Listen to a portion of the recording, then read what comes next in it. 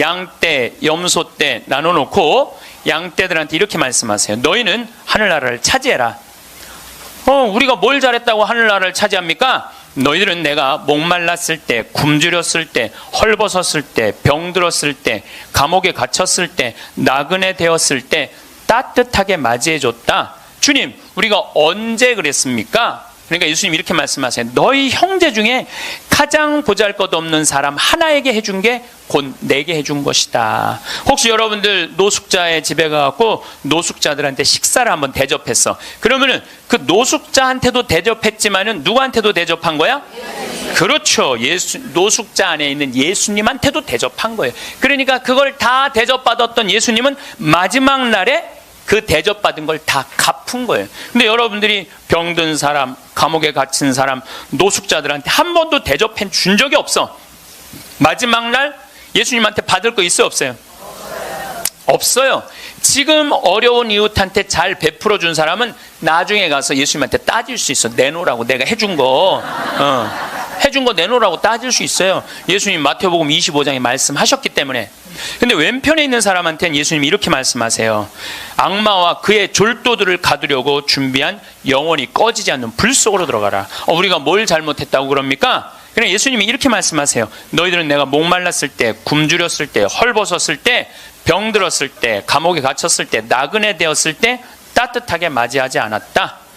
주님, 우리가 언제 그랬습니까? 그러니까 예수님이 이렇게 말씀하세요. 너희 중에 가장 보잘것없는 사람 하나에게 해주지 않은 것이 곧 내게 해주지 않은 것이다. 자, 여기 계신 여러분 모두 안에 지금 예수님 계세요, 안 계세요? 계세요. 여러분들 무시당하면 돼요, 안 돼요? 안 돼요. 여러분들이 잘나서 무시당하면 안 되는 게 아니라 여러분들 안에 계신 예수님 때문에 무시당하면 안 돼요.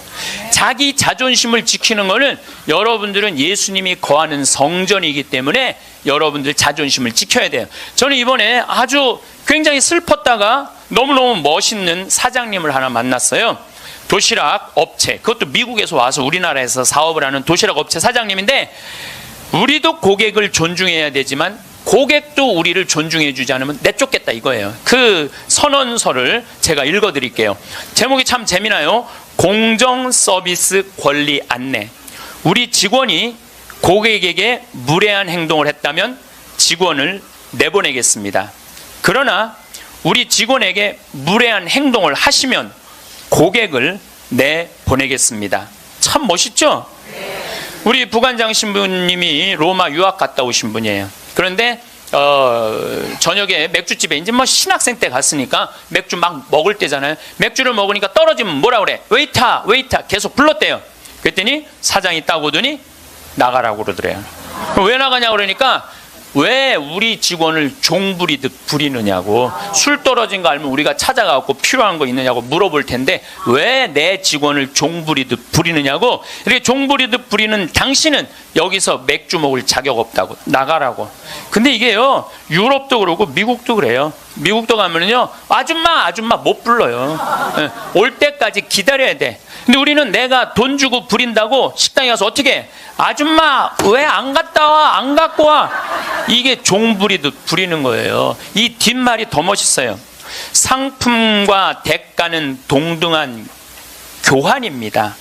우리 직원들은 훌륭한 고객들에게 마음 깊이 감사를 담아 서비스를 제공하겠지만 무례한 고객에게까지 그렇게 응대하도록 교육하지는 않겠습니다. 그러니까 무례한 고객한테 죄송합니다 그렇게 안 가르치겠다는 거예요. 당신은 물건 살 자격 없으니까 나가라고 가르치겠다는 거예요. 우리 직원들은 언제 어디서 무슨 일을 하든지 항상 존중을 받아야 할 훌륭한 젊은이들이며 누군가에게는 금쪽 같은 자식이기 때문입니다. 직원에게 인격적 모욕을 느낄 언어나 행동, 큰 소리로 떠들거나 아이들을 방치하여 다른 고객들을 불편하게 하는 행동을 하실 경우에는 저희가 정중하게 서비스를 거부할 수 있음을 알려드립니다. 사장이 이렇게 딱 써놓은 거예요, 앞에다가. 얼마나 멋있는지 몰라요. 그러니까 예수님도 어느 누구도 함부로 대하지 말라는 거, 어느 누구도. 또 마태복음 18장 10절에 이런 말씀을 하세요. 너희 중에 가장 작은이라도 업신여기지 말아라. 왜냐하면 그의 수호천사가 하늘에서 매일 아버지의 얼굴을 뵙고 있다 그래요. 수호천사가. 여기 계신 분들 이렇게 말씀하시는 분들 계세요. 나는 지질이 복도 없는 년이라고. 나는 남편 복도 없고 자식 복도 없는 지질이 복도 없는 년이라고. 그 지질이 복도 없는 년도 수호천사가 한 분씩 다 있다는 얘기예요. 수호천사가 한 분씩 다 있는 거예요. 그러니까 여기 계신 여러분들 전부 지금 수호천사 있어요, 없어요? 있어요. 여러분들 언제 수호천사가 여러분들 가장 곁에 있느냐면 여러분들이 성체 영화로 나올 때 수호천사가 항상 여러분들을 수호하고 나온다는 거예요. 여러분들 대단한 분들이에요. 수호천사 한 분씩 다 거느리고 있으니까. 그러니까 무시당하면 돼요, 안 돼요? 무시당하면 안 돼요. 예수님은 이 세상에 오셨을 때도 가진 자 편에 서지 않고 가지지 못한 자 편에 서세요. 부처님 아버지는 직업이 뭐죠? 부처님 아버지는 왕이었어요. 공자님 아버지는 관리였어요. 마호메트 아버지는 큰 부자 상인이었어요. 물론 마호메트 엄마가 뱃속에 있을 때 돈 벌러 나갔다 죽어요. 그래갖고 마호메트는 유복자. 예수님 아버지는 직업이 뭐예요? 목수. 그 내가 신학교 다닐 때 신론 배울 때 예수님 아버지는 성부라고, 예수님 아버지 직업은 하느님이었어요. 하느님. 예수님 양아버지 직업은 뭐예요? 목수예요. 2000년 전에 목수는 하루에 2끼 정도 먹었다고 그래요. 그러니까 가난한 집에 태어나신 거예요. 예수님은 굳이 당신이 선택해서 올 수 있었는데 굳이 가난한 집에 택해서 오신 이유는 뭐냐면은 가난한 이들과 함께 하겠다는 거예요. 그리고 당신 태어날 때 천사들이 누구를 초대하느냐면 목동들을 초대해요. 야, 삼왕은 자기네들이 찾아온 거고 예수님이 초대한 건 누구냐면은 목동들이에요. 저기 대단한 분 태어났으니까 가봐라. 그래갖고 예수님한테 처음으로 인사를 한 사람들은 목동들이야. 우리가 알퐁소 토대의 별이라는 책을 읽어갖고 목동을 굉장히 낭만적인 사람들로 알고 있는데 중동에 가보면요, 세상에 더러운 게 목동이에요. 그래서 목동하고 상대하지 말라 그래. 도둑놈들이라고. 상대하지 말라 그래. 왜냐하면 한번 풀두로 염소 풀두로로 나가면은 한 달을 돌아다녀야 되거든요. 그러니까 한 달 동안 머리 안 가. 내가 가서 보니까 머리에 떡을 칠하고 다녀요. 먹을. 냄새가 얼마나 나는지 몰라. 또 밤낮에 기온차가 많으니까 옷을 몇 겹을 입고 한 달 동안 안 빨고 그것만 입고 다니는 거예요. 그 더럽고 냄새나는 목동들을 예수님은 첫 손님으로 초대한 거예요. 이게 누구를 초대하겠다냐? 보잘것 없는 사람들을 귀하게 여기겠다는 거예요.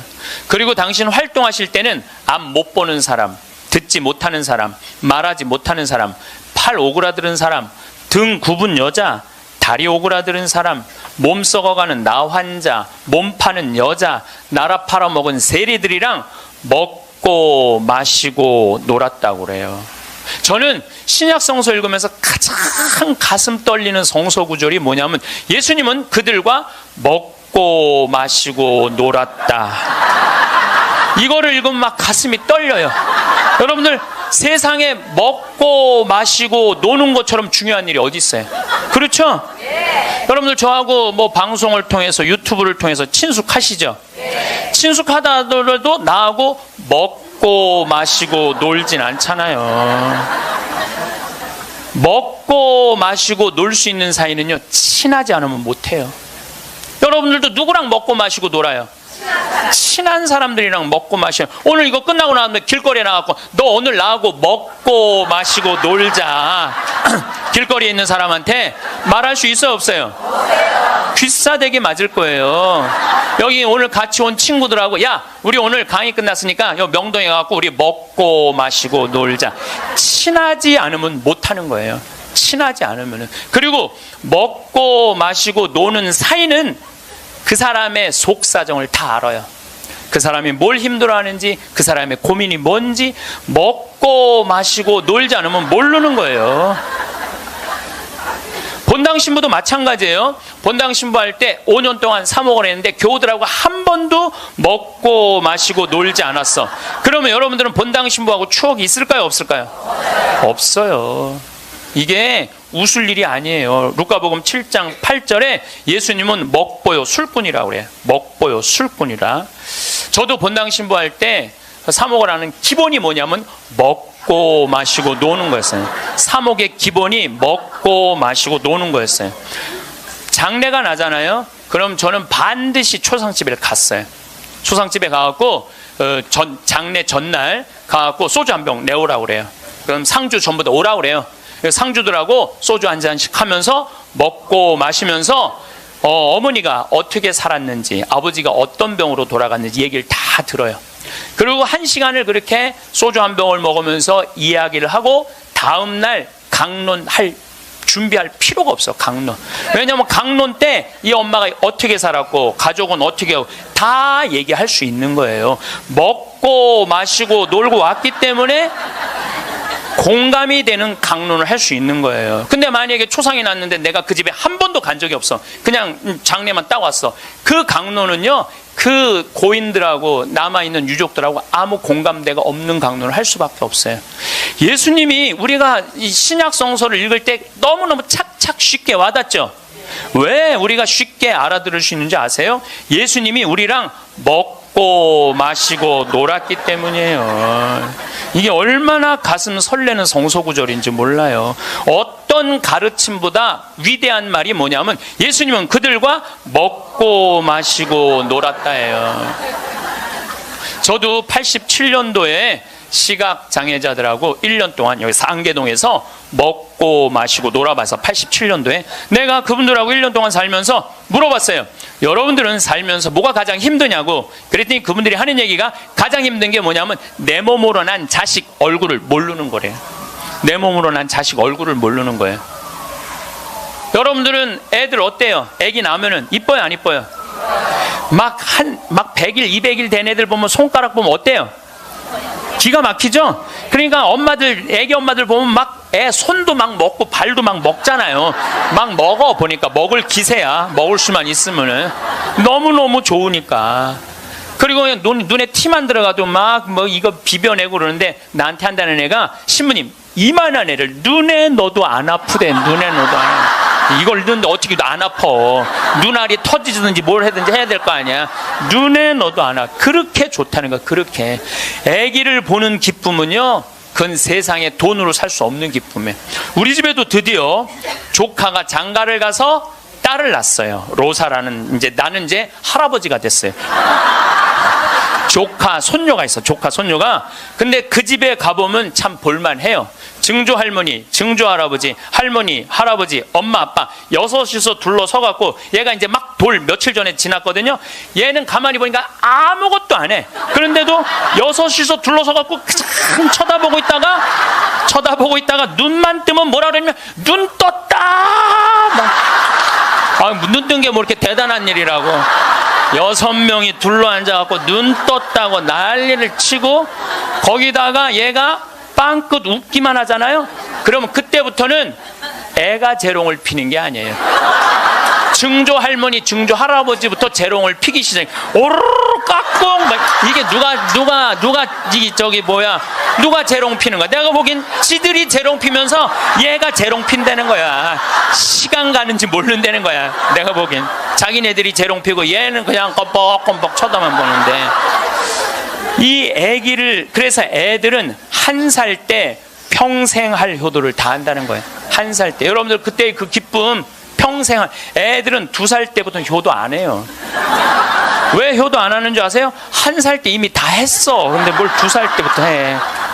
혹시 지금 30살 뭐 된 자식들이 효도 안 한다고 섭섭한 그분들은 욕심이 너무 많은 거예요. 이미 그 기쁨을 다 누린 거예요. 근데 그분들은 자기 애들을 어떻게 알아보느냐면 손으로 만져서 눈이 이렇게 생겼고 코가 이렇게 생겼고 입이 이렇게, 그 상상할 수밖에 없어요. 네, 상상할 수밖에 없어요. 또 한 번은 도봉산 성당에서 우리 시설 분들을 초대를 해갖고 식사 대접을 했어요. 정말 내가 가서 보니까 상다리가 부러지게 차려놨어. 그런데 옆에 있던 형제가 나한테 그러는 거야. 학사님, 우리는 이렇게 상다리가 부러지게 차려놔도 아무 소용이 없다는 거예요. 왜 소용이 없냐? 그랬더니 보여야지 골라 먹죠. 어디 있는 줄 알아야지. 냄새는 나는데 어디 있는지 알아야지 골라 먹죠. 그러니까 옆에 봉사자들이 한 분씩 앉아갖고 고등어 들어갑니다, 두부 들어갑니다, 김치 들어갑니다. 그래야지 먹는 거예요. 근데 우리 생태마을에 딱 음식 차려놓으면은 막 김치, 뭐 고등어 막 이제 묵은지 절여놓은 거 보면 막 이분들 막 입에 군침이 돈대. 딱 보면은 막 깍두기 쫙 빨갛게 해놓고 막 김치찌개 두부 딱 올려주면 입에 군침이 돈다는 거예요. 우린 눈으로 먹는 거예요. 먼저 눈으로 먹고 입에 군침이 도는 거예요. 이걸 영어로 뭐라고 그러냐면 My mouth is watering 그래요. 군침 돈다. My mouth is watering. 군침이 도네.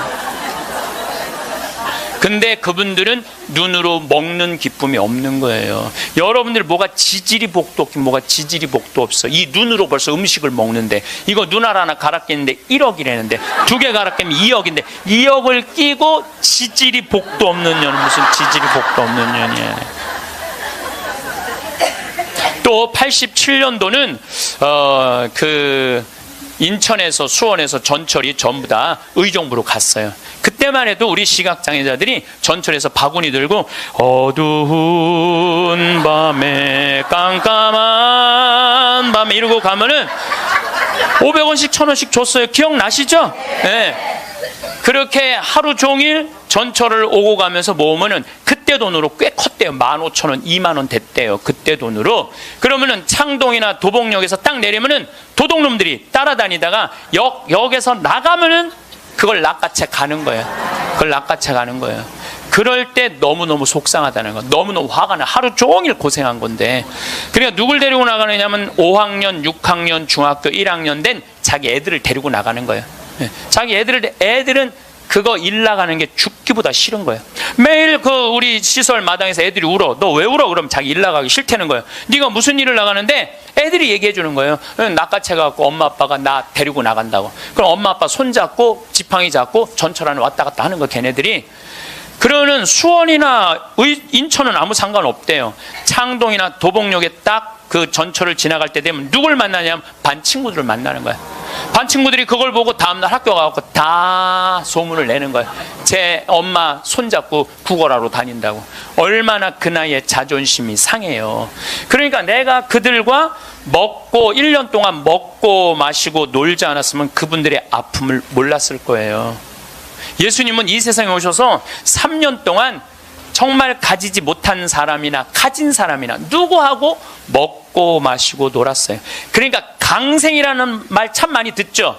예수님은 이 세상에 강생하셨다.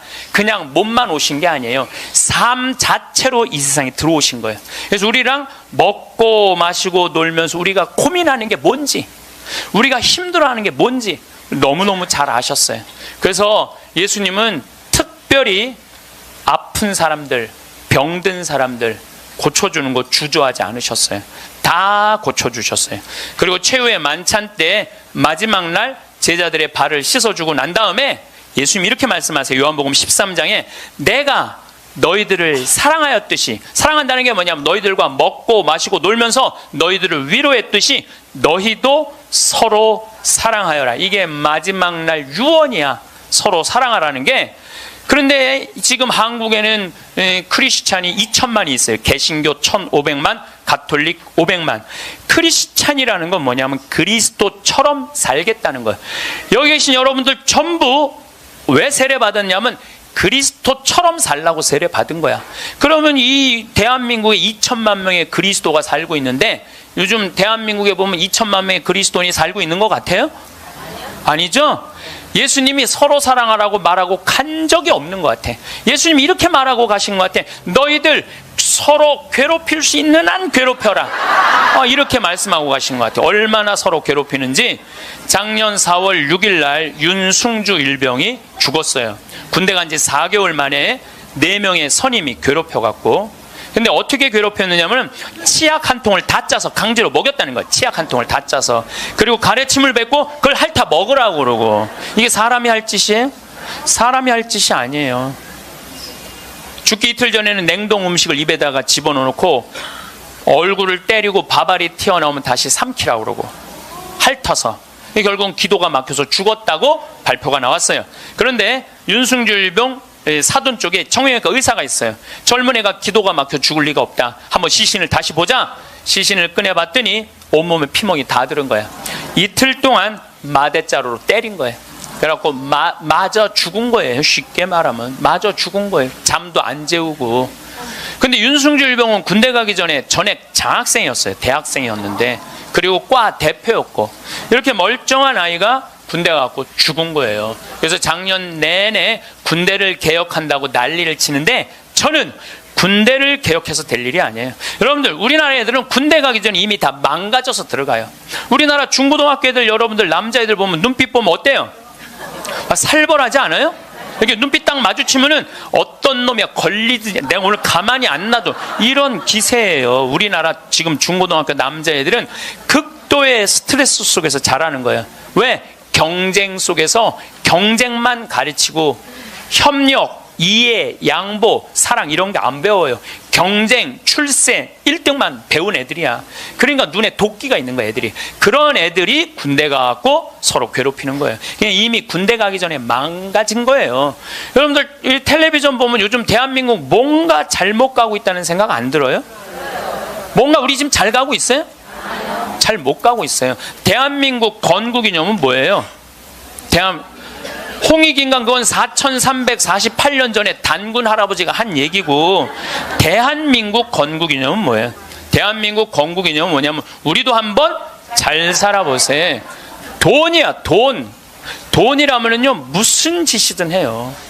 정말 지난 70년 동안 돈을 벌기 위해서 우리는 혈안이 돼 있었어요. 그리고 우리나라는 돈을 많이 벌었어요. 참 많이 벌은 나라예요. 전 세계 다녀보세요. 대한민국처럼 좋은 차 타고, 여러분들처럼 이렇게 기가 막히게 멋있는 옷 입고, 여러분들처럼 잘 먹는 나라 거의 없어요. 전 세계에서 10위 안에 들어요. 10위 안에 들어요. 참 잘 먹고 잘 살아요. 근데 무슨 영국의 옥스퍼드 대학 나오고 우리나라 기자가 이런 말을 했어요. 기적을 이룬 나라,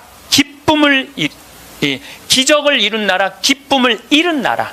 기적은 이루었는데 너무너무 잘 살긴 하는데 기쁨이 없는 나라야. 전부 다 여기다 헬 조선이야. 지옥 조선이, 지옥 조선. 우리나라를 지금 그렇게 표현하거든요. 그리고 애들이 흙수저 물고 태어났다고. 누구는 금수저 물고 태어났는데 누구는 흙수저 물고 태어났다고. 내가 보기엔 너무 잘 사는데 이런 표현들이 있는 거예요. 이거는요 돈보다 더 높은 가치가 있거든요. 이제 대한민국이 추구해야 되는 건 뭐냐면 돈보다 더 높은 가치를 추구해야 될 때예요. 이제는. 근데 아직도 돈이야. 아직도 돈. 아직도 경제 그래요. 정의, 인권, 자유, 생태계, 자연, 이 높은 가치들이 있는데 우리는 아직도 경제예요. 작년 4월 16일 날 세월호가 왜 침몰했어요? 돈 때문에 침몰한 거예요. 6,000톤급 큰 배들은요, 배 밑에 평형수를 심어야, 이렇게 다 둬야 돼요. 근데 우리는 4분의 1밖에 평형수를 안 담고 4분의 3은 뭐 실은 거야? 돈 실은 거예요. 돈. 그러니까 304명이나 죽었죠. 단원고등학교 아이들 249명. 피어보지도 못한 그 꽃들이 249명이 죽었어요. 이게 대한민국 모두의 책임이에요. 세월호의 책임만이 아니라는 거예요. 어른 55명이 죽은 거예요. 돈 때문에. 핀란드라는 나라는 건국이념이 뭐냐면 나눔이야, 나눔. 이 나라는 러시아의 100년 지배를 받아요. 100년 지배를 받으면서 독립을 해요. 국민들이 모여갖고 우리 진짜 잃었던 나라를 찾았으니까 이 나라를 어떻게 건설해 나갈 것이냐? 국민들이 그래요. 콩알 한 쪽이라도 나눠 먹자. 그래서 이 나라는요, 가난했을 때부터 나누기 시작하고 지금까지도 잘 나눠요. 지금까지도. 지금 국민소득 6만 달러예요. 이 나라는 초등학교, 중고등학교 전액 무상교육이에요. 근데 더 놀라운 건 대학생들도 전부 공짜로 대학 다 다녀요. 그리고 기숙사도 다 공짜야. 시골에서 헬싱키로 공부하러 올라왔어. 그러면은 기숙사비 다 국가에서 다 대줘요. 근데 더 놀라운 건 대학생들이 돈이 없어갖고 아르바이트 할까봐, 책 사볼 돈이 없어서 아르바이트 할까봐 아르바이트 하지 마라, 공부해. 그러면서 책값 하라고 모든 대학생들한테 한 달에 43만 원씩 용돈을 줘요. 모든 학비도 안 되는데 용돈도 줘. 이 나라는 석박사까지 공짜예요. 프로그램 참여하면 석박사까지 다 공짜야. 그러려면 뭘 많이 내야 돼? 세금을 많이 내야 되잖아요. 이 나라는 한 700만 원 정도 월급 받는 사람들이 세금을 얼마를 내냐면 320만 원 정도 내요. 이 정도 내야지 대학생들한테 용돈까지 주죠. 자, 이제 대한민국도 애들이 등록금 못 내갖고 지옥이라고 그러잖아요. 그러니까 이제 어른들, 애들, 대학생들 등록금 공짜로 해주기 위해서 700만 원 버는 사람들 320만 원 돈 내십시오. 낼 것 같아, 안 낼 것 같아요? 여기다가 빨간 띠 두르고 결사 반대. 박근혜 정부는 자폭해라 막 이러고 아마 할 거예요. 네. 누가 대한민국이 정이 많은 나라래? 저는요, 대한민국 정 많은 나라라는 거에 동의할 수 없어요. 왜냐하면 정이 많은 나라가 해외 입양 1위를 해요. 우리나라가 해외 입양 1위예요. 제가 지난 여름에 유타라는 곳에 강의를 다녀왔는데 거기 가보니까요, 몰몬 교도가 많은 데예요. 저녁에 식당에 갔는데 엄마 아빠는 백이냐. 근데 애들은 누가 봐도 우리나라 애들이에요. 그 한 식당에 세 쌍의 자녀들이, 그러니까 세 부부 쌍의 자녀들이 우리나라 애들이야. 나는 대한민국의 어른으로서 걔네들한테 너무너무 미안하더라고요. 전 세계에서 해외 입양 1위가 대한민국이에요. 2위가 어딘 줄 아세요? 필리핀이에요. 3위가 우간다, 4위가 인도, 5위가 우즈베키스탄이에요. 그 나라들에 비하면 우리나라는요, 2배, 3배 잘 사는 나라예요. 2배, 3배 잘 사는 나라에서 해외 입양 1위를 하고 있는데 정이 많은 나라예요? 정 많은 나라 아니에요. 또 제가 요즘 잠비아 도와준다고 한 3년 동안 한 10억 정도 잠비아 도와줬어요. 가서 뭐 이제 농장도 한 20만 평 꾸며주고, 소도 돼지도 닭도 옥수수밭도 감자밭도 다 해놨어요. 근데 나한테 전화해갖고 이렇게 항의하는 분들 참 많아요. 대한민국에도 굶어 죽는 사람 많은데 뭐하러 아프리카까지 가서 도와주느냐고, 정신 있는 거냐 없는 거냐, 나한테 이렇게 전화하는 분들 참 많아요. 여러분들, 우리나라가요 6.25 전쟁 끝나고 난 다음에요, 미국에서요 밀가루 받아서 먹고 살았어요. 밀가루. 그래서 우리 천주교하고 밀가루하고 인연이 많아요. 정부를 못 믿으니까 밀가루를 어디다 줬어? 성당에 다 갖다 줬어요. 그래서 성당에서 나눠줬어요. 그래서 옛날에는 밀가루 받아 먹으려고 세례 받는다 그래서 밀가루 신자라는 말까지 나왔어요. 그렇게 우리가 그 배고픈 시기를 미국에서 원조 받아갖고 버텨냈어. 그럼 세계에서 9번째로 1조 달러가 넘는 나라가 9나라인데 우리나라가 9번째 1조 980억 달러예요. 그렇게 잘 사는 나라가 아프리카의 나라 도와주는 건 당연한 거예요. 받았으면 줘야지. 받고 우린 꿀떡하고 끝나고 있어요. 근데 그게 OECD 국가 중에 가난한 나라 안 도와주기로 우리나라가 1등이에요. 뭐가 정이 많은 나라예요. 말로만 정 많으면 다예요. 정이 많은 나라가 아니에요. 내가 지지난주에 동창 모임에 사회복지시설 운영하는 신부님을 만났어요. 기가 막힌 얘기를 들었어요. 어떤 얘기를 들었느냐면은 서울에 한 시내 한복판에 지적장애자들 작업장을 학교에, 중학교에 만들려는데 주민이 반대하는 거예요. 그랬대요. 우리 동네 쓰레기 처리장은 들어와도 지적장애자 작업장은 못 들어온다. 참. 아니 걔네들 얼마나 이 삶에 목말라 하는 애들인데 걔네들을 우리 동네에서 받아들였고 우리 동네에서 보호를 해줘야지. 심지어 어떤 주민은 이렇게 말했다고 그래요. 우리 동네 핵시설은 들어와도 지적장애자 시설은 못 들어온다. 이게 우리가요 철저하게 이기적인 거야. 님비라고 그래. 님비. 요즘 우리 평창에는 동계올림픽 때문에 도로가 뻥뻥 나요. 근데 우리 생태마을 바로 옆에 도로가 나요. 근데 거기를 터널을 뚫어요. 강의 중에 다이나믹 터질 때 막 건물이 울려요. 그래서 사람들이 와서 나한테 그래요. 신부님, 저렇게 바로 터널을 뚫는데 반대 안 하시느냐고. 내가 이렇게 말해요. 저거 반대하려면 5년 정도 걸려. 매일 도로에 들어놓아야 돼. 나는 내 인생 매일 도로에 들어놓기 내 인생이 너무 아까워. 그리고 일하는 우리 옆으로 지나가는 거, 일하는 마을로 지나가는 거예요. 그럼 내가 반대한다고 칩시다. 그러면 이 안은 누구한테로 지나가는 거야? 마을로 지나가는 거예요. 그럼 내 옆길은 안 되고 옆에 마을은 괜찮고. 이게 이기적인 거예요. 이기적인 거. 누가 우리 부로 정이 많은 나라라고 그래요. 1970년대 우리 이 구로공단에서 동대문에서 노동자들이 이제 돈 많이 벌으니까 우리 좀 나눠주라. 그러니까 정부에서 어떻게 이 국가가 지금 잘 살아야 된다. 그래갖고 잡아 죽이고 고문하고 그랬어요. 그러면서 나중에 잘 살게 되면 그때서 너희들한테 잘해줘. 나중에 잘해줘. 나중에 잘해주겠다고. 그래서 대기업 중심으로 정책을 폈어요. 그런데 지금 2015년 대한민국 잘 살아요, 못 살아요? 잘 살아요. 외환보유가 세계 6위예요. 3,600억 달러. 그 다음에 10대 기내 사내 보유금은 5천억 달러, 515조. 근데 지금 나눠요, 안 나눠요? 안 나누잖아요. 우리나라가 지금 1시간 노동 임금이 5,580원이에요. 이거 노동자들이 10,000원으로 해달라고 그랬어요. 근데 올해 6,030원 했어요. 6,030원. 내년에 1시간이 6,030원이에요. 그러면 우리나라하고 비슷한 경제 규모가 비슷한 이탈리아는 얼마예요? 10,000원이에요. 10,000원. 이탈리아, 스페인 10,000원이에요. 우리보다 조금 잘 사는 프랑스는 12,000원. 독일은 13,000원. 미국은 2020년에 모든 노동자들한테 1시간에 17,000원 주기로 국회에서 결의를 했어요. 근데 우리는 이 민중을 무시하는 거예요. 니네들은 무시당해도 돼. 니네들은 돈, 이게 5,580원이면요.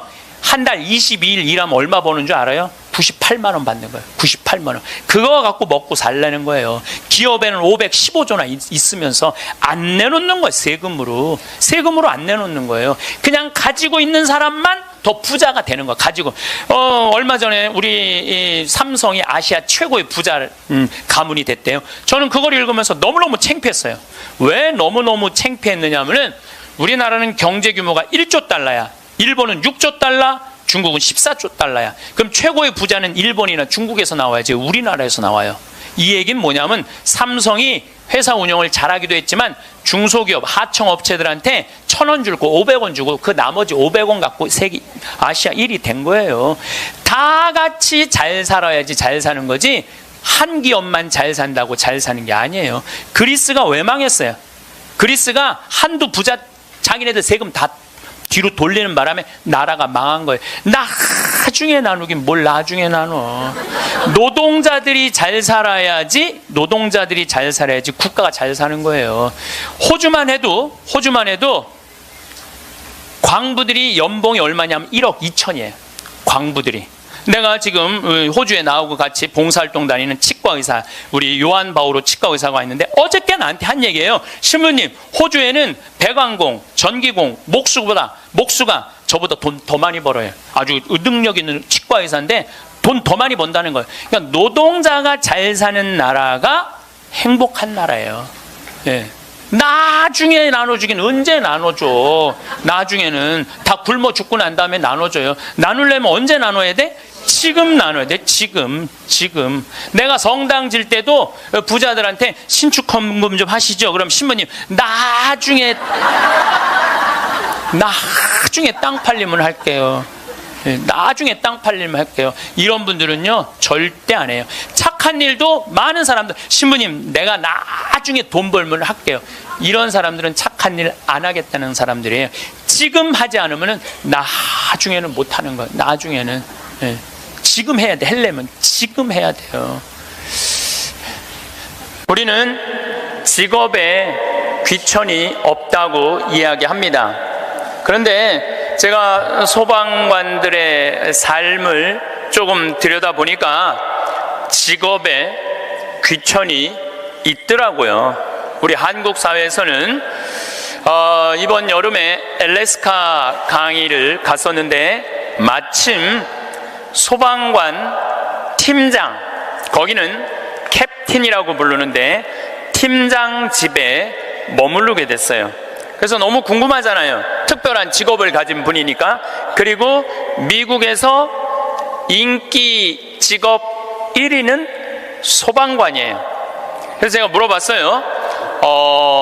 보통 소방관 처음 되면은 월급을 얼마를 받느냐?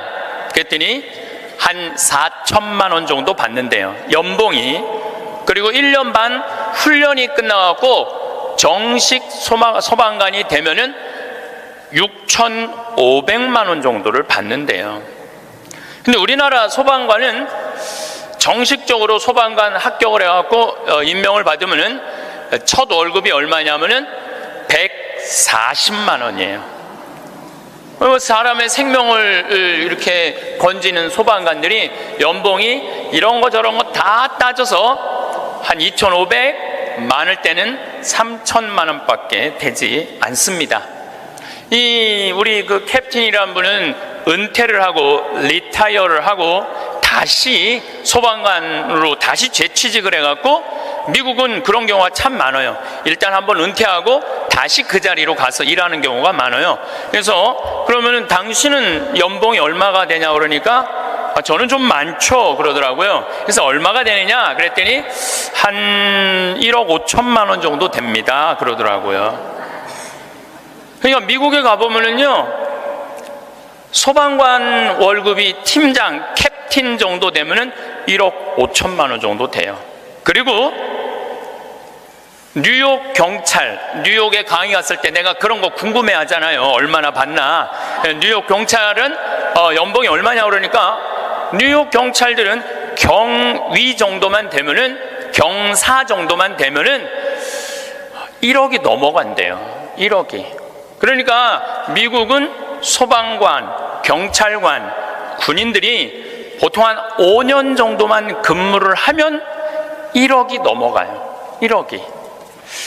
제가 잠비아에 봉사활동 이렇게 갔을 때 나하고 같이 일을 하는 수녀님이 20년 전에 독일에서 유학을 했는데 장애시설, 복지학과 유학을 해갖고 장애시설에 많이 다녔대요.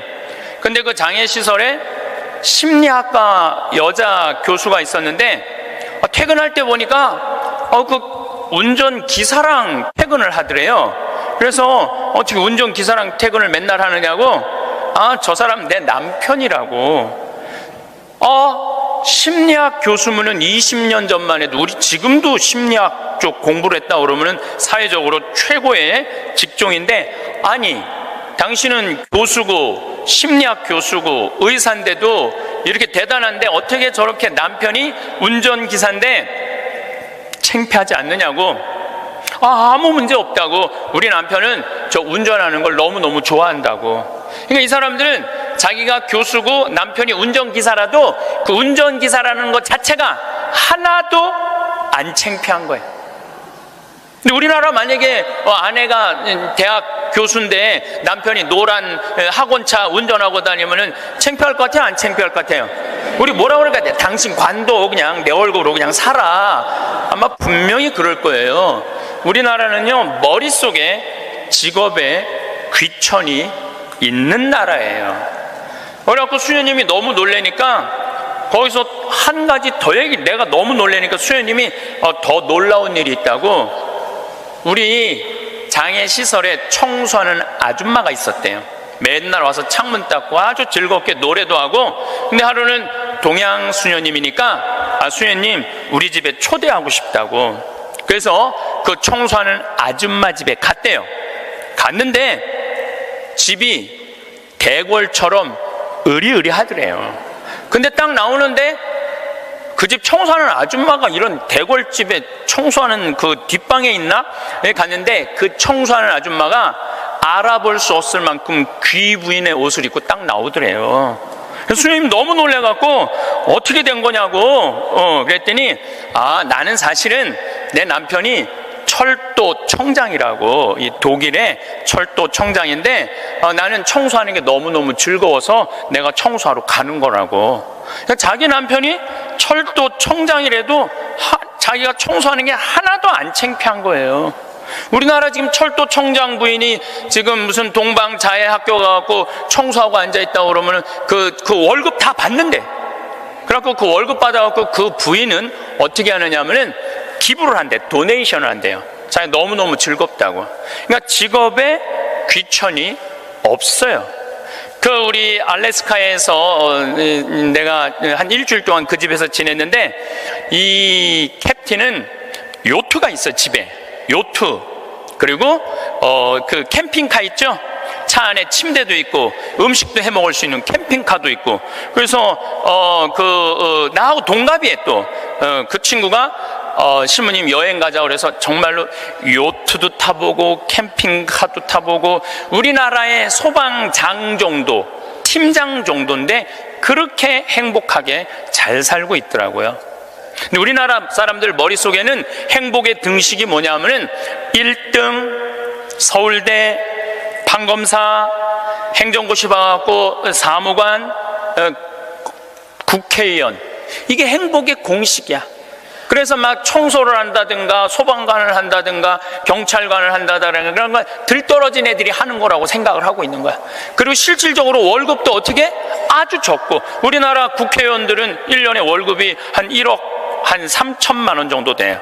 1억 3. 그런데 뭐 보좌관 또 뭐 운전기사 뭐 다 하면은 한 국회의원이 얼마를 쓰냐면 7억을 써요.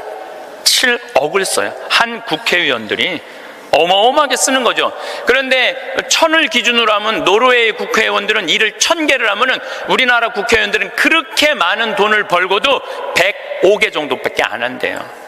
그러니까 우리나라의 최고 슈퍼 갑질은요, 조연합 부사장이 아니라 국회의원들이 슈퍼 갑질을 하고 있는 거예요. 돈은 돈대로 벌고 일은 하지 않는 거죠. 그래도 오늘 저 국회 내년 예산안 통과한 거 보니까 마음이 좀 편하네요. 몇 년 동안 제 나라 통과한 적이 없거든요. 오늘은 내가 아침에 뉴스를 보고 그래도 밥 먹을 자격이 있구나 이런 생각이 들었어요. 오늘은. 근데 여러분들, 앞으로 우리나라는 공부 잘한다고 행복한 시대는 갑니다. 이제 제가 왜 그런 시대가 가는지 말씀을 드릴게요. 10년 전만 해도 우리나라는 대학 입학생이 1년에 60만 명이었어요. 60만 명. 근데 2020년에는 대학 입학생들이 1년에 몇 명이냐면 30만 명으로 줄어들어요. 그러면 지금 우리나라 대학이 한 400개 되는데 2020년부터는 대학이 어떻게 줄어들 것 같아요? 300개, 200개 줄어들어요. 그럼 공부 잘해갖고 교수한 분들 다 어디 갈 것 같아요? 다 실직자 돼요. 그러니까 이놈의 새끼야, 공부 열심히 해, 너 공부해야지 먹고 살아, 이런 시대는 끝나요. 이제는 앞으로 어떤 사람들이 정말로 먹기 살기 좋은 시대가 되느냐면 용접하는 사람들, 포크레인 운전할 줄 아는 사람들, 그 다음에 요리 잘하는 사람들, 청소 잘하는 사람들, 이런 사람들이 행복한 시대가 온다니까요. 세상이 너무나 지금 변하고 있어요. 우리 생태마을에 올해 직원들을 채용을 해요. 이것도 귀가 번쩍 분들이 이런 분들이 있으니까 야, 나도 한번 거기 가볼까? 근데 이번에 자격은 뭐냐면 고등학교 졸업 예정자들만 뽑아요. 나는 대학 졸업 예정자들도 안 뽑아요. 대학원 졸업 예정자들도 안 뽑아요. 혹여 가끔 대학 졸업한 사람들, 대학원 다니는 사람들 뽑아요. 우리도 뽑는데 월급은 고등학교 졸업한 사람이나 대학 졸업한 사람이나 대학원 졸업한 사람이나 우리 생태마을 첫 월급은 똑같이 200만 원이에요. 고등학교 졸업해도 직원으로 되면 무조건 200만 원이에요. 아니, 생각을 해봐요. 아니, 매주 띄우는데 뭐하러 대학원 자격증이 필요해? 아니, 배추 심는데 뭐하러 대학 졸업한 사람이 필요해요? 우리 생태마을에 필요한 사람은 어떤 사람이 필요하냐 하면 성실한 사람, 성격 좋은 사람, 이런 사람이 필요해요. 그리고 뭐 우리 생태마을에 지금 다녀간 사람이 100명도 넘죠. 우리 직원이 지금 한 40명 되니까 많이 바뀌어요. 근데 남아있는 사람이 어떤 사람이 남아있느냐면은 가정환경 행복했던 사람, 성실한 사람, 이런 사람들이 남아있어요. 가정환경 불행했던 사람, 어린 시절을 힘들게 지냈던 사람은요, 많이 견뎌야 6개월이에요. 그러니까 이제는 공부를 잘하는 사람이 성공하는 시대가 아니라, 공부를 잘하는 사람이 성공하는 시대가 아니라 행복한 사람이 성공하는 시대가 오는 거예요. 근데 우리나라 OECD 국가 어린이 행복지수 조사를 해봤는데 11살, 13살, 15살을 대상으로 행복지수를 점수를 내봤는데 노르웨이가 95점인데 우리나라 애들이 60점이에요. 우리나라 애들은 안 행복해요. 이거 OECD 국가 중에 우리나라가 꼴등이에요. 심각합니다. 왜 심각하냐 하면은 어렸을 때 안 행복한 애들이 커서 행복할 것 같아요? 절대 그런 일은 없어요. 어렸을 때 추억이 많고 어렸을 때 행복한 애들이 커서도 행복한 거예요. 근데 우리나라는 대학생이 하루에 몇 시간 공부하냐면 4시간 공부해요. 초등학생이 하루에 몇 시간 공부하냐면 5시간 반을 공부를 해요. 중학생은 하루에 몇 시간 공부하느냐면 7시간을 공부해요. 고등학생은 하루에 몇 시간을 공부하느냐면 8시간 반을 공부를 해요. 그럼 여러분들 하루에 8시간 반을 공부한다 그러면은 밥 먹는 시간 1시간, 1시간, 1시간, 3시간 빼고, 그것도 못 먹는다고 그러긴 하지만은, 그리고 학교 가는 시간 빼고, 그러면은요, 애들은요, 잠자는 거 빼고는 공부만 하는 거예요. 그러니까 얘네들은 엄마, 아빠, 형제들이랑 먹고 마시고 놀 시간이 없어요. 제가 지난 시간에도 말씀드렸지만은 이 세상에 가장 중요한 일은 뭐냐면은 먹고 마시고 노는 일이에요. 우리가 여러분들 왜 예수님하고 추억이 많아요? 예수님은 세리와 죄인들과 먹고 마시고 놀았기 때문에 추억이 많은 거예요. 만약에 예수님이 우리랑 먹고 마시고 놀지 않았다면 우린 추억이 하나도 없을 거야. 오늘 복음도 막 병자들 고쳐주고 난 다음에 너무너무 마음이 안타까워. 예수님이 너무너무 안타까우니까 내가 마음이 아프다. 저 사람들 먹을 걸 우리가 주자. 그러니까 예수님 먹는 거 진짜 중요하게 여기신 분이에요. 우리가 주자. 없습니다. 아무것도 빵 몇 개하고 물고기 몇 개밖에 없습니다. 그래도 너희들이 줘라. 다 줘서 배불리 먹여서 보내신 분이 예수님이에요. 그러니까 성서에 보면 먹는 얘기 참 많이 나와요. 예수님 첫 기적도 가나의 혼인잔치에서 먹는 얘기죠. 그렇죠? 세리네 집에 가서 먹었죠. 자케오네 집에 가서 먹었죠. 사마리아 여인하고는 우물가에서 물 먹으면서 얘기했죠. 그러니까 먹고 마시고 노는 일은 참으로 중요한 일이에요. 그럴 때 추억이 많은 거예요. 근데 우리나라 초등학교, 중고등학교 아이들은 엄마 아빠랑 먹고 마시고 놀 일이 없어요. 그러니까 커서도 엄마 아빠하고 추억이 하나도 없는 거예요. 행복했던 순간도 없고. 미국 애들은, 초등학교 애들이, 우리나라 애들은 5시간 반 공부하는데 미국 애들은 초등학교 애들이 하루에 몇 시간 공부하느냐면 2시간 반 공부해. 그러니까 이거는 공부하는 흉내만 내는 거야. 그 얘네들은 계속 먹고 마시고 노는 거예요. 계속. 제가 미국 강의를 가보면은요, 얘네들이 하는 거는 정말로 먹고 마시고 노는 일이에요. 유럽, 북유럽 애들은 말할 것도 없고 학교 가. We were in love that never meant to stay. Some things are real, even when they fade.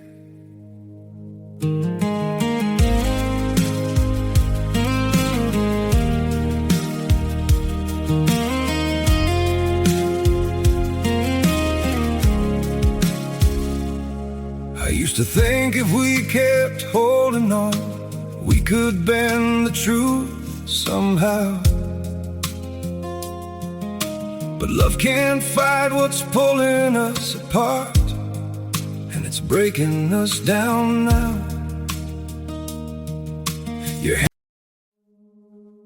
We were in love that never meant to stay.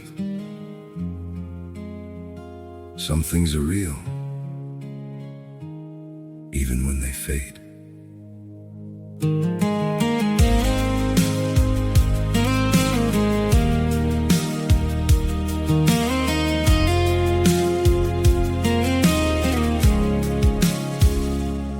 I used to think if we kept holding on, we could bend the truth somehow. But love can't fight what's pulling us apart, and it's breaking us down now.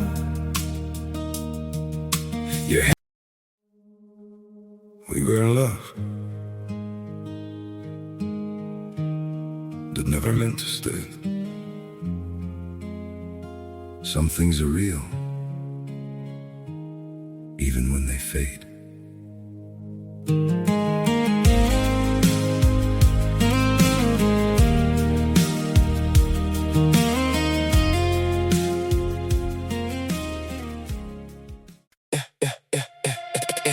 Hey. Yeah.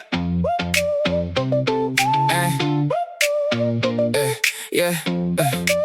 I came in with the grin and the plan. 2 shoes, 1 mic in my hand. You said you sure? I said watch me then. Out the room got loud when I walked back in. Old phone, cracked screen, new text. Big dreams fit tight in my chest. I don't chase, I move, that's the vibe. I speak fast and I let it fly. Hold up, feel that pull. 1 step close and the whole room sways. Hold up, don't blink now. I got a little something you can't fake. Talk my way, talk my way. Say it once, then say it again. Talk my way, talk my way. I make the heart look effortless. Talk my way, talk my way. You can hear it in the room when I step in. Talk my way, talk my way. I don't beg, I just win. Late bus, cold wind, no sleep. Still I kept it moving, concrete to be. Mom said, baby, keep your head up, I did. Now the phone won't stop when I say I did it. Plain clothes, clean fit, sharp lines. Little smile, big switch, same eyes. You can keep your doubts, I don't mind. I turn pressure into gold every time. Hold up, feel that pull. 1 step close and the whole room sways. Hold up, don't blink now. I got a little something you can't fake. Talk my way, talk my way. Say it once, then say it again. Talk my way, talk my way. I make the heart look effortless. Talk my way, talk my way. You can hear it in the room when I step in. Talk my way, talk my way. I don't beg, I just win. If you doubt me, stay and see. I got fire in my teeth and a steady heartbeat. If you doubt me, come on close. By the time you hear me out, you'll already know. Talk my way, talk my way. Say it once, then say it again. Talk my way, talk my way. I make the heart look effortless. Talk my way, talk my way. 가서도 계속 놀아요. 우리처럼 학원 가갖고 영어, 수학 막 계속 뭐 글쓰기, 뭐 웅변 그런 걸 하는 게 아니라니까요. 그런데 놀랍게도 핀란드 고등학생은 하루에 4시간 공부하는데 우리나라 애들은 하루에 8시간 반을 공부를 해요. 그런데 수학 점수가 핀란드 애들은 544점이고 우리나라 애들은 542점이에요. 4시간 공부하는 애들하고 8시간 반 공부하는 애들하고 수학시험을 보는데 누가 더 잘 보느냐면은 핀란드 애들이 훨씬 잘 본다는 거예요. 이게 무슨 얘기냐면 여러분들이 자녀들 학원 보내는 거 다 쓸데없는 데다 보내고 있는 거예요. 그 시간에 애들이 학원 가서 뭐 할 것 같아요? 휴대폰 갖고요 게임하고 친구들하고 노는 거예요. 그 시간에 애들 학원 가 있다고 여러분들이 그걸 교육이라고 생각하는 이 대한민국이 불행한 거죠. 그 시간에 엄마 아빠랑 맛있는 음식 만들어 먹고 손잡고 소풍 다니고 눈 바라보고 같이 놀았다면은 걔네들은 건강하게 살았을 거예요. 근데 엄마 아빠하고 그랬던 적이 하나도 없어. 여러분들 사람이 커서요 어렸을 때 가장 기억에 많이 남는 게 뭔지 아세요? 엄마가 맛있는 음식 해줬던 거. 이게 가장 기억에 많이 남는데요. 그리고 가장 행복했던 순간이 뭔지 아세요? 엄마가 맛있는 거 해준 거 너무 맛있게 먹은 거. 우리나라 대한민국의 청소년들은 엄마가 맛있는 거 해준 거 먹은 기억이 없어요. 학교 다니느냐고. 그러니까 애들이 행복하지 않은 거죠. 애들은 그냥 서울대학 가야 되니까 경쟁을 해야 돼. 서울대학 가야 돼. 놀 시간이 어딨어. 여러분들 토끼와 거북이 얘기 아세요? 이거 참 웃기지도 않는 얘기 여러분들이 알고 있는 거예요. 왜냐하면 토끼하고 거북이하고 시합을 했는데 어떻게 거북이가 이겨요? 말도 안 되잖아요. 말도 안 되는 얘기예요. 어떻게 거북이가 이겨요. 이렇게 지금 발바닥도 땅바닥에 있고 이렇게 가는 거북이가 그냥 뛰어다니는 토끼를 어떻게 이겨요? 2000년 전 이솝우화 얘기예요. 그러니까 2000년 동안 사람들은 거북이가 빠른 줄 알고 있어, 사람들은. 근데 요즘 새로운 일이 벌어졌어요. 그 후손 토끼가 생각해보니까 너무 자존심 상하는 거야. 아니 이 빠른 우리가 거북이한테 진다는 걸 모든 사람들이 알고 있다는 게 너무 웃기잖아요. 그래갖고 토끼가 거북이한테 도전장을 내요. 다시 시합하자. 2차전을 벌이자. 2차전을 벌이자. 그래갖고 거북이가 생각해보니까 니네들은 이 토끼들은 막 뛰어야 되기 때문에 심장이 너무 빨리 뛰기 때문에 쉬어야 돼. 그래서 얘네들은 반드시 뭐가 필요하냐면 토끼 잠이 필요해요. 토끼 잠을 자야 돼, 얘네들은. 그러니까 거북이는 믿는 구석이 있어. 너 또 토끼 잠 잘 거니까 시합해도 우리가 분명히 이길 것이다. 그래도 거북이가 생각해보니까 그래도 준비를 해야 될 것 같아. 그래서 거북이도 어떤 준비를 하냐면은 나도 토끼처럼 뒷다리를 똑바로 세우는 훈련을 이제 하기 시작한 거예요. 뒷다리를 세워갖고 내가 빨리 좀 가야 되겠다. 뒷다리. 그리고 생각해보니까 거북이한테 최고 치명은 뭐냐면 두꺼운 등딱지야.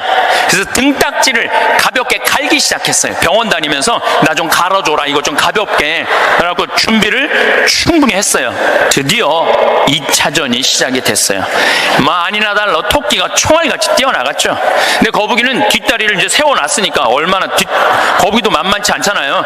쫙 가면서 믿는 구석이 있어서, 어떤 믿는 구석이 있었느냐면은 이제 분명히 저 나무 밑에서는 토끼 잠을 잘 것이다. 그래갖고 토끼가 딱 보니까 역시 멀리서 지가 뒷다리를 세워봤자지. 그래갖고 쫙 오는데 자도 될 것 같아.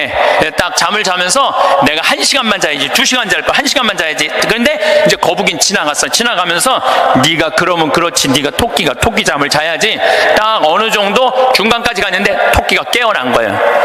2시간 잘 거 1시간 훈련을 열심히 했으니까 1시간 만에 딱 깨어나갖고 거의 결승점 도달점에 총알같이 토끼가 지나간 거예요. 그리고 거북이가 가다 보니까 토끼가 지나간 거예요. 그래서 이제 토끼가 이 불명예를 씻었어요. 드디어 이제 모든 이 짐승계에는 드디어 토끼가 이겼댄다. 걔가 토끼잠을 줄여갖고 그 거북이를 이겼댄다. 근데 이제 누가 슬프기 시작했느냐면 거북이가 슬프기 시작했어요.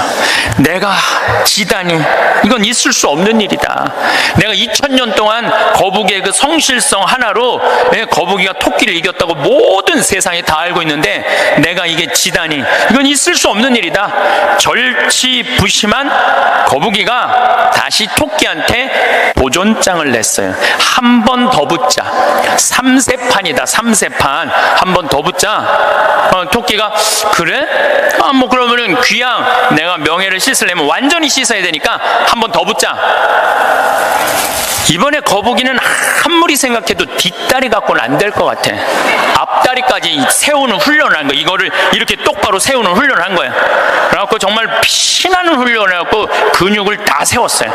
그리고 생각해보니까 이 등딱지는 갈아서 될 게 아닌 것 같아. 현대 세계가 왔으니까 저기 우주 비행선에 쓰는 아주 가벼운 합금판 뚜껑이 있다는 얘기를 듣고 그걸 가갖고 갈았어요. 이 뚜껑을 너무너무 가볍게. 토끼 못지않게 이제 이 속력이 났어요.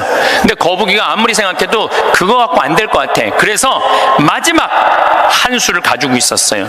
분명히 토끼가 저 나무 밑에서 잘 거니까 저 나무 밑에 수면제를, 이 분말가루를 설치를 해둬갖고 리모컨으로 터트리면은 완전히 내가 보낼 수 있다. 비장의 카드까지 준비해놓고 이제 도전장을 내민 거죠.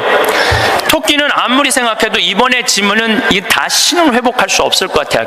그리고 토끼는 어떤 훈련을 했느냐 하면은, 어떤 훈련을 했냐면 토끼잠을 안 자고 목표 지점까지 가는 훈련을 했어요. 토끼잠을 안 자고. 그래갖고 드디어 3차전이 벌어졌어요. 3차전이 벌어져갖고 출발을 했는데 토끼가 보니까 거북이가 옛날엔 뒷다리만 세웠는데 이제는 한번 생각을 해봐요. 가끔 정말 어처구니 없는 사람, 그런 사람 구원 못 받는데 그거는 하느님이 결정할 일이지 내가 결정할 일이 아니에요. 교회는요 그런 사람에게도 구원 있다고 얘기해요. 우리 교회는. 왜? 교회 밖에도 구원이 있다는 거예요. 교회 안에만 구원이 있는 게 아니라는 거예요. 아니 저 아프리카의 원주민들은 평생 예수님 얘기 하나도 들어본 적이 없는데 그러고 죽었어. 착하게 열심히. 그럼 그 사람 구원 있어요 없어요? 있는지 없는지는 우리는 잘 몰라요. 근데 누구한테 유보해 줘야 돼? 하느님한테 유보해야 돼. 구원을 결정하는 건 내가 하는 게 아니에요. 누가 결정하는 거예요? 하느님이 결정하는 거예요. 제가 여러분들에게 드리고 싶은 말씀은 예수님 역사 안에 왔다 가셨다는 거. 역사 안에 그 예수님을 보고 베드로가 탄생한 거예요. 그 예수님을 보고 베드로가 탄생하고 지금 266대 프란치스 교황, 전 교황이 265대 베네딕토 교황, 전 교황가 264대 요한 바오로 2세 교황, 1대 교황이 베드로, 2대 교황이 리노, 3대 교황이 아나클레투스, 4대 교황이 클레멘스, 5대 교황이 이 이름이 어려워 아바리스투스, 6대 교황 알렉산데. 그래서 1대부터 266대까지 이어온 거예요. 2000년 동안. 그렇지 않아요? 그러면은 베드로가 어느 날 갑자기 뚝 떨어져 갖고 베드로가 지금부터 이 교회가 있다. 예수님이란 이런 존재를 가짜로 만들어냈겠어요? 자기가 눈으로 보고 배운 그 예수님을 증언한 거겠어요?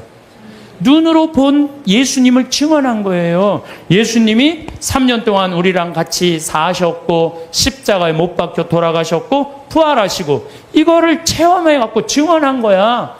그러니까 지금 266대 교황까지 내려왔다는 거는 거미가 나뭇가지에서 줄을 타고 내려와서 집을 짓듯이 우리는 베드로부터 타고 내려와 갖고 이 교회라는 집을 짓는 거예요. 그러니까 여러분들 성서에 신약 성서에 있는 게 하나도 거짓이 없어요. 예수님이 베드로가 직접 보고 증언한 거예요. 베드로뿐만 아니라 12제자. 12제자만 보고 증언했어요. 그 외에 수많은 사람들이 보고 증언한 그 교회가 지금까지 이어져 내려온 건데 그걸 의심하면 어떻게 했냐 이거예요. 나는 있느냐 없느냐 이것 따지는 사람들을 보면 다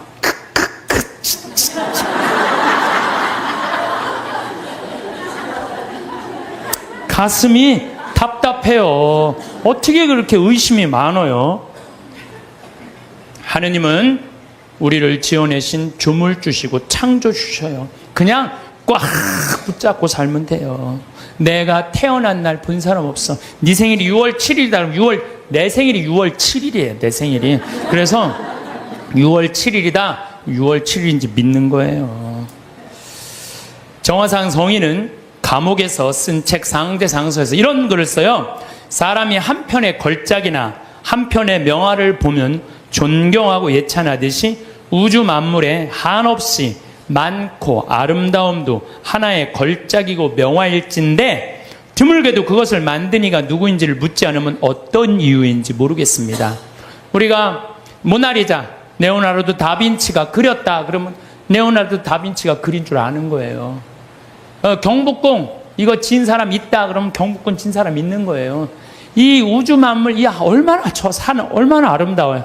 아름답죠?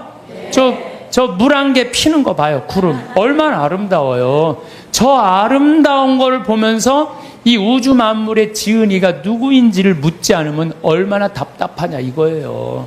그래서 여러분들 이 우주 만물을 만드는 창조주가 있다는 거예요. 그게 바로 하느님이라는 거예요.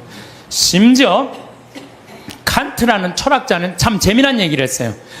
그 사람이 순수이성 비판, 실천이성 비판, 판단력 비판 그런 철학 이렇게 두꺼운 걸 썼어요. 근데 그 내용 중에 하나가 절대 도덕 명령이라는 걸 해요. 사람은 무조건 착한 일을 해야 된다.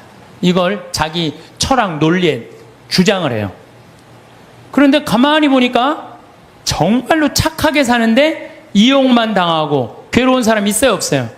있죠? 여러분들 살다 보면 정말 착한데 이용만 당하고 사기 당하고 그냥 고통스럽게 사는 사람이 있어. 그 사람한테 그래 너 그래도 착하게 살아 나 이렇게 착하게 살아 괴롭기만 한데 근데 또 한편 정말로 나쁜 짓만 골라서 하는 사람들이 있어요. 그런데 보면은 아주 떵떵거리고 잘 살아. 저 사람은 나쁜 짓 하는데 저렇게 떵떵거리고 잘 사는데 난 착한데 이렇게 괴롭게 살아? 너 그래도 계속 착한 일 하라고 얘기할 수 있어? 그랬더니 칸트가 가만히 있어봐. 그러게, 그러면 안 되지. 그럼 안 되겠다, 야. 착한 일을 하면서 끝까지 착하게 산 사람은 마지막 날 하느님이 거기에 대한 보상을 다 해준다.